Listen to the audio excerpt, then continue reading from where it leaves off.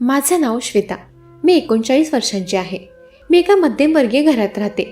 माझा नवरा राजेश कंपनीत काम करतो आणि आमचा मुलगा आदित्य कॉलेजमध्ये इंजिनिअरिंग शिकतोय. मी गेली 18 वर्ष घरातून ट्युशन घेत आहे. 7वी पासून 10वी पर्यंतच्या मुलांना मी गणित आणि विज्ञान शिकवते. हे माझं काम नाही तर माझी आवड आहे, माझी ओळख आहे. पण सत्य सांगू का, बघायला गेलं तर ही फक्त आवड नव्हती, ही गरजही होती.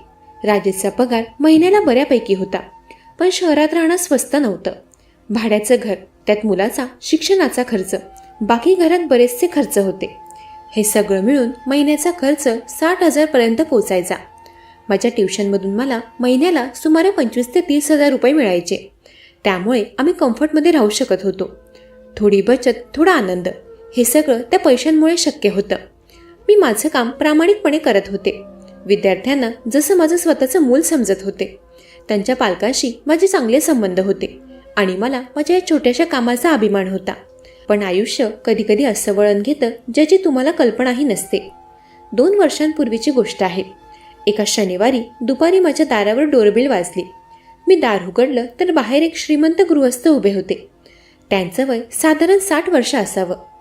त्यांनी मला अत्यंत विनम्रपणे विचारलं, तुम्ही श्वेता मॅडम आहात का? मी हो म्हणाले.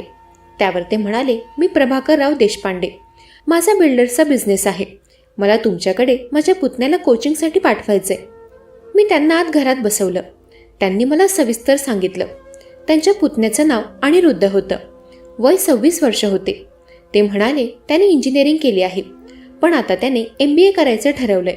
त्याला गणितीय क्षमता आणि तार्किक विचार यामध्ये खूप अडचणी येतात. मोठ्या कोचिंग क्लासेसमध्ये त्याला काहीच कळत नाही. त्याला वैयक्तिक मार्गदर्शन हवं आहे. मी थोडी संशयात होते. 26 वर्षांचा व्यावसायिक MBA साठी? मी त्यांना म्हणाले, सर, मी सहसा शाळकरी मुलांना शिकवते. MBA एंट्रन्स एक्झामसाठी माझा अनुभव फारसा नाही. तेव्हा प्रभाकरराव पुढे झुकले आणि म्हणाले, मॅडम, मी खूप ठिकाणी फिरलो. सगळ्यांनी तुमच्याच नावाची शिफारस केली. तुमची शिकवण्याची पद्धत वेगळी आहे असं सांगितलं. मूलभूत कन्सेप्ट क्लिअर करण्यात तुम्ही एक्सपर्ट आहात. मी तुम्हाला महिन्याची 40,000 रुपये देईन, फक्त अनिरुद्धसाठी. दररोज 2 तास तुम्हाला जी सोय हवी ती सांगा. 40,000 रुपये. ते ऐकताच माझं डोकं हलकं झालं. मी सध्या 10 विद्यार्थ्यांना शिकवत होते आणि त्यातून 25,000 मिळत होते. आणि इथे एकट्या व्यक्तीसाठी 40,000? मी लगेच आर्थिक गणित लावायला लागले. माझ्या मुलाला कॉलेजसाठी नवीन लॅपटॉपची गरज होती. आमच्या जुन्या फ्रीजला बदलायची वेळ आली होती. राजेशच्या आईचं ऑपरेशन करायचं होतं. त्यासाठी पैसे हवे होते. पैशांची कमतरता तर सध्या माझ्या घरात होतीच. मी त्यांना म्हणाले, सर, एकदा तुम्ही अनिरुद्धला घेऊन या. मी भेटून बोलते. माझ्या होकाराने प्रभाकरराव खुश झाले. सोमवारी संध्याकाळी अनिरुद्ध आला. तो उंच, सुदेखा, फिट शरीर, जिम रेग्युलर करत असावा असं दिसत होता. व्यवस्थित औपचारिक कपडे, लॅपटॉप बॅग खांद्यावर आणि बोलण्यात सभ्यपणा. तो प्रोफेशनली वागत होता. त्याने मला नमस्कार करत त्याची ओळख केली. मी त्याला प्रश्न विचारायला सुरुवात केली. मी म्हणाले, तू इंजिनिअरिंग केली आहे, मग MBA का करायचंय? मॅडम, मला आजोबांचा बिझनेस हाताळायचा आहे, पण त्यासाठी मॅनेजमेंट नॉलेज हवं आहे. आजोबा म्हणतात MBA केल्याशिवाय मला बिझनेसमध्ये सिनियर पोझिशन देणार नाहीत.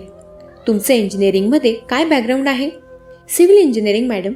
पण हॉनेस्टली सांगायचं तर मी ॲव्हरेज स्टुडंट होतो. बराच कसाबसा पास झालो. आता MBA एंट्रन्ससाठी ॲप्टिट्यूड, रिझनिंग, डाटा इंटरप्रिटेशन हे सगळं नव्याने शिकायचं आहे.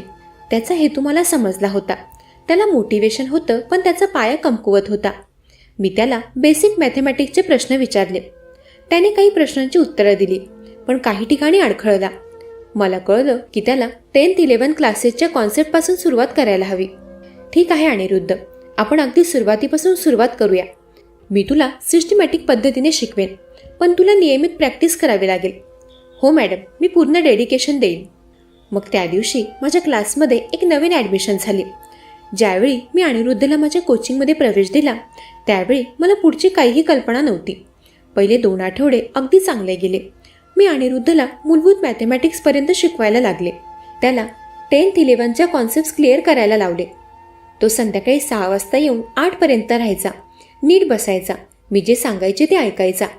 त्याची प्रगती दिसू लागली होती, पण हळूहळू काहीतरी बदलू लागलं. तो जास्त वेळ राहू लागला. मॅडम, हा प्रॉब्लेम पूर्ण करतो, असं म्हणून 8:30 ते 9 पर्यंत तो राहायचा. सुरुवातीला मलाही डेडिकेशन वाटत होतं, पण नंतर हळूहळू तो कॉम्प्लिमेंट्स देऊ लागला. मॅडम, तुमची समजावण्याची स्टाईल खूप छान आहे. तुम्ही इतके सुंदर आहात आणि तरीही इतकं काम करता. माझ्या आईसारखी केअरिंग करत आहात तुम्ही. सुरुवातीला मला हे सगळं साधं कौतुक वाटलं, पण मनात कुठेतरी एक डिस्कम्फर्ट होता. आणि मग एक दिवस तो म्हणाला, मॅडम, इतर स्टुडंट्स संध्याकाळी 5 ते 7ला येतात, मी 6 ते 8ला येतो. मला असं का वाटते की तुम्ही मला वेगळं समजता? मी म्हणाले, असं नाही अनिरुद्ध, तू वर्किंग प्रोफेशनल आहेस म्हणून तुला वेगळा टाइम स्लॉट देणं योग्य आहे आणि तुझा सिलेबसही वेगळा आहे इतर मुलांपेक्षा. हो मॅडम, तुम्ही खरंच माझी काळजी घेतात. ते कॉन्व्हर्सेशन मला कम्फर्टेबल वाटत नव्हतं, पण मी इग्नोर करत राहिले. मागच्या 2 महिन्यांपासून प्रभाकरराव नियमित पैसे देत होते. त्या पैशांनी आमच्या घरात फार बदल झाले. आदित्यला नवीन लॅपटॉप घेतला, नवीन फ्रीज आणला, थोडी बचतही सुरू झाली. राजेशच्या आईच्या ऑपरेशनसाठी पैसे जमा करू लागलो. राजेश खुश होता. तो म्हणायचा, श्वेता, तू खरंच मेहनत करतेस. या पैशांमुळे आपलं आयुष्य किती सुधारलंय.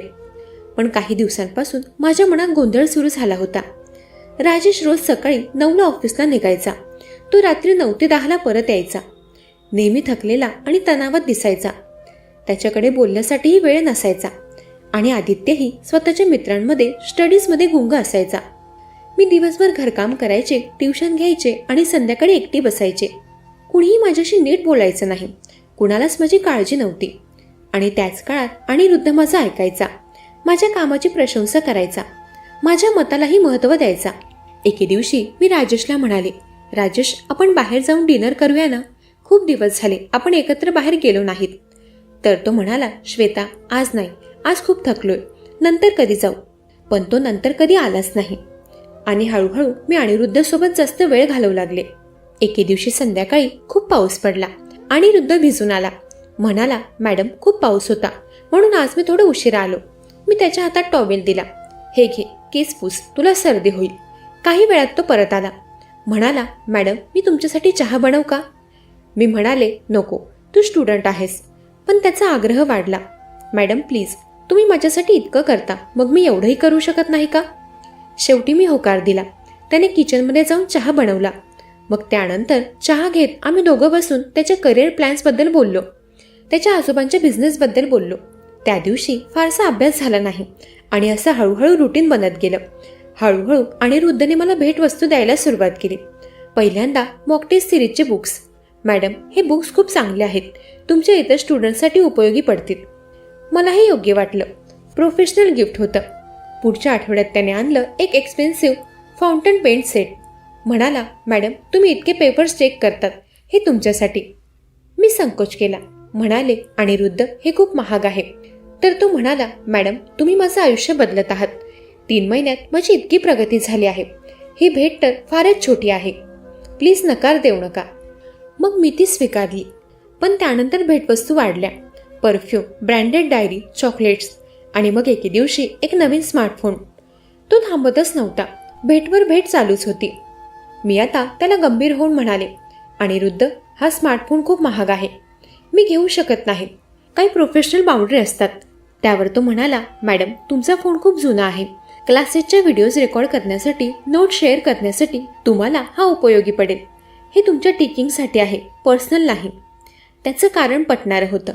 मग मी तो स्मार्टफोन स्वीकारला. पण यावेळी त्या स्मार्टफोनसोबत आलं होतं एक अदृश्य बंधन. आता आम्ही व्हॉट्सअपवर मेसेज करू लागलो. सुरुवातीला डाऊट्स, होमवर्कबद्दल बोलणं होतं. पण हळूहळू वैयक्तिक गोष्टी, जसं की, मॅडम, आज मी जिममध्ये खूप थकलो. अच्छा, तू रेस्ट कर, उद्या बघू. मॅडम, तुम्ही लंच केलं का? मॅडम, आज ऑफिसमध्ये खूप स्ट्रेस होता. हे सगळं साधं दिसत होतं, पण धोकादायक होतं आणि मी ते ओळखत नव्हते. एके दिवशी मी राजेशला विचारलं, राजेश, आपण वीकेंडला कुठेतरी ट्रिपला जाऊया का? खूप दिवस झाले. तो म्हणाला, श्वेता, अभी बहुत काम है, थोड्या दिवसांनी. पण तो थोड्या दिवसांनी कधीच आला नाही. आदित्य त्याच्या प्रोजेक्टमध्ये व्यस्त होता आणि मी दिवसेंदिवस जास्तच एकटी पडत होते.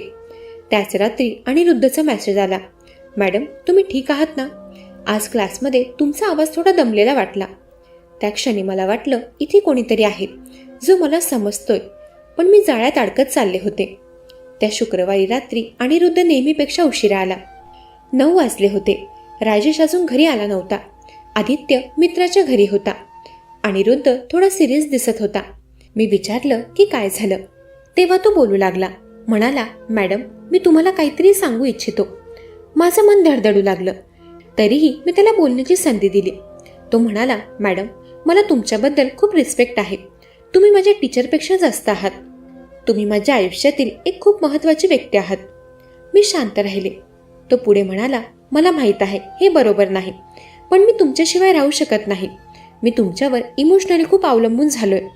तुम्ही माझ्या दिवसाचा सर्वात महत्त्वाचा भाग आहात. तो अडखळत बोलत राहिला. त्या क्षणी मला तिथून उठून जायला हवं होतं. मला त्याला समजवायला हवं होतं की हे चूक आहे, पण मी काहीच केलं नाही. कारण कुठेतरी माझ्या मनातही त्याच्याबद्दल एक इमोशनल अटॅचमेंट निर्माण झालं होतं. मी फक्त एवढंच म्हटले, अनिरुद्ध, हे योग्य नाही. मी लग्नाला बांधलेली आहे, मुलगा आहे आणि तुम्ही माझे क्लायंट आहात, स्टुडंट आहात. प्रोफेशनल बाउंड्री आहे. मला माहीत आहे मॅडम. मी फक्त तुमच्याशी हॉनेस्ट राहायचं ठरवलंय. त्या रात्री तो गेल्यावर मी रात्रभर झोपले नाही. पुढच्या काही आठवड्यात आमचे रिलेशनशिप अस्वस्थ दिशेने जाऊ लागलं. आम्ही जास्त मेसेज करू लागलो. क्लास नंतर बोलायचो. राजेशला आणि आदित्यला काहीच माहीत नव्हतं. मी स्वतःला सतत समजावत होते की हा फक्त इमोशनल सपोर्ट आहे. ते मला तेव्हा चुकीचं वाटलं नाही, पण ते चुकीचं होतं. पण आतून अपराधीपणा वाढत होता. आरशात स्वतःकडे बघताना लाज वाटायची. रात्री झोप येत नव्हती. मी स्वतःला ओळखत नव्हते. एके दिवशी माझी लहान बहीण अचानक घरी आली. सुधाच्या येण्याने मी खुश झाले. आम्ही खूप गप्पा मारल्या. रात्री ती माझ्या फोनवर काहीतरी पाहत होती. मी तिला फोन दिला होता तो रेसिपी सर्च करायला, पण तेवढ्यात अनिरुद्धचा मेसेज आला. आज तुमच्याशी बोलता आलं नाही, खूप मिस केलं. Good night. सुधाचा चेहरा बदलला. दीदी, हे काय आहे? मी घाबरले. काहीच नाही, तो माझा स्टुडंट आहे. स्टुडंट असे मेसेज करतो का? मी गप्प झाले. सुधाने मेसेजेस स्क्रोल केले. तिने सगळं वाचलं. दीदी, तुला काय झालंय? मी गप्प होते. सुधाने माझा हात पकडला. ती म्हणाली, दीदी, तू लग्नाला बांधलेली आहेस, तुला मुलगा आहे आणि तू एका क्लायंटसोबत, हे काय चाललंय? मी रडू लागले. ती म्हणाली, दीदी, तुझी स्वतःची मुलगी असती तर तुला काय वाटलं असतं? कोणीतरी तिच्याशी असं वागलं असतं तर? त्या शब्दांनी माझं हृदय धस्स झालं. तेव्हा मी सुधाला सगळं सांगितलं. माझी पैशांची गरज, एकटेपणा, अनिरुद्धचं लक्ष आणि भावनिक अडथळा, सगळंच. ती शांतपणे ऐकत होती. मग ती म्हणाली, दीदी, मला तुझ्यावर राग नाहीये, मला तुझी काळजी आहे. तू एका अशा जाळ्यात अडकलीयस जिथून बाहेर पडणं खूप कठीण आहे, पण आत्ताच बाहेर पडायला हवं. आता तूच सांग, काय करायला हवं? तर सुधा म्हणाली, दीदी, हे कोचिंग रिलेशनशिप तोडायला हवं, आणि तेही आत्ताच. पण पैसे आणि अनिरुद्ध? माझ्या बोलण्यावर सुधा म्हणाली, दीदी, पैसे परत मिळतील, पण तुझे गमावतेस ते कधीच परत मिळणार नाही. तुझा आत्मसन्मान, तुझं घर, तुझं कुटुंब, हे सगळं तुझं आपलं आहे. आणि ते एकदा का तुझ्यापासून दूर गेलं तर मग तू कायमची एकटी पडशील. त्या रात्री मी निर्णय घेतला. दुसऱ्या दिवशी मी अनिरुद्धला बोलावलं. राजेश घरी होता. अनिरुद्ध आला तेव्हा मी त्याला म्हणाले, अनिरुद्ध, आज तुझा शेवटचा क्लास आहे. तो शॉक झाला. मॅडम, काय झालं? मी काही चूक केली का? नाही अनिरुद्ध, चूक माझी आहे. जे आपण करतोय ते चूक आहे. मी तुझी टीचर आहे आणि तू माझा स्टुडंट आहे आणि आपण प्रोफेशनल बाउंड्रीज ओलांडल्या आहेत. पण मॅडम, मी तुमच्यावर.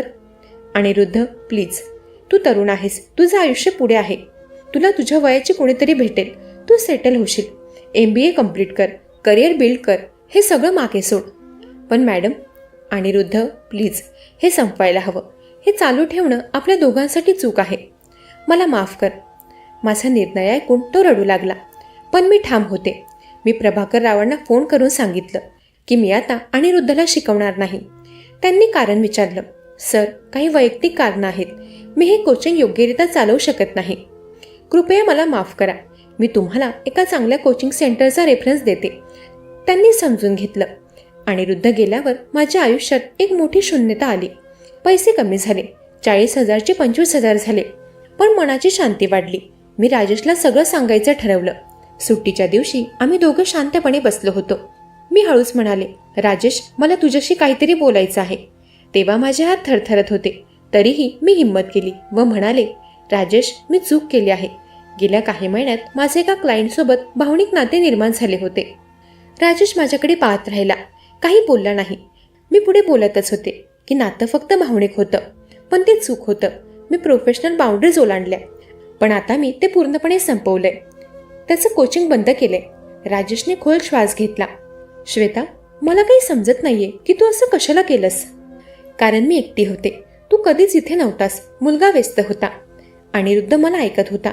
माझं महत्त्व समजत होता. पण मी चूक केली. मी प्रोफेशनल बाउंड्रीज मेंटेन करायला हव्या होत्या. पण मी तुझा नवरा आहे. तू मला सांगायला हवं होतं. मला वाटलं होतं राजेश समजेल, पण तो उठला आणि बाहेर गेला. त्या रात्री तो घरी आला नाही. पुढचे काही आठवडे खूप कठीण होते. राजेश माझ्याशी कमीत कमी बोलत होता. आदित्यला सगळं कळलं नव्हतं, पण तो समजत होता की काहीतरी गडबड आहे. मी एका काउन्सिलरकडे गेले. त्यांनी मला मदत केली. माझ्या भावना समजून घ्यायला, माझ्या चुका ॲक्सेप्ट करायला, हेल्दी बाउंड्रीज कशा सेट कराव्यात हे शिकायला. मी राजेशला काउन्सिलिंगसाठी येण्यास सांगितलं. सुरुवातीला तो नकार देत होता, पण नंतर तो तयार झाला. आम्ही दोघी सेशन्सला गेलो. हळूहळू आम्ही पुन्हा बोलू लागलो. आमच्यातील दुरी कमी होऊ लागली. काउन्सिलरने आम्हाला कम्युनिकेशन एक्झरसाइज शिकवल्या. आम्ही एकमेकांसाठी वेळ काढायला शिकलो. आमच्या गरजा व्यक्त करायला शिकलो. 3 महिन्यांनी एक दिवस राजेशने मला बोलावलं. म्हणाला, श्वेता, मी खूप विचार केला. मला खूप त्रास झाला. मी खूप रडलो. खूप राग आला तुझ्यावर. पण मी हे पण समजलो की मी पण जबाबदार आहे. मी तुला वेळ दिला नाही, तुझं ऐकलं नाही. तू एकटी होतीस आणि हे मला कळलंच नाही. राजेशने माझा हात पकडला. म्हणाला, श्वेता, मी तुला सोडणार नाही. तुझ्याकडून चूक झाली, पण तूच ती सुधारलीस. तू परत आलीस. मला वाटतंय आपण यातून बाहेर येऊ शकतो. मी त्याच्या पाया पडले. राजेश, माफ कर. मी तुला कधीच दुखावणार नाही. मी प्रॉमिस करते. त्याने मला उठवलं व म्हणाला, आपण पुन्हा सुरुवात करूया. त्या क्षणी मला दुसरी संधी मिळाली. आदित्य आता 22 वर्षांचा झाला आहे. त्याने इंजिनिअरिंग पूर्ण केलं आणि आता तो जॉब करतो. आज मी पूर्णपणे बदललेली आहे. आता मी फक्त 15 वर्षाखालील शाळकरी विद्यार्थ्यांनाच ट्युशन देते. मंडळी, मी भाग्यवान होते की माझ्या कुटुंबाने मला दुसरी संधी दिली. पण प्रत्येकजण इतका भाग्यवान नसतो. माझ्या चुकीतून तुम्ही शिका. पैशाच्या मोहात, एकटेपणाच्या वेदनेत स्वतःची ओळख विसरू नका. कारण शेवटी तुमच्या जवळ राहणार ते तुमचं कुटुंब, तुमची स्वतःची शांती, आणि हीच खरी संपत्ती आहे. मंडळी, कशी वाटली कथा? ऐकत रहा मनाचे बोल.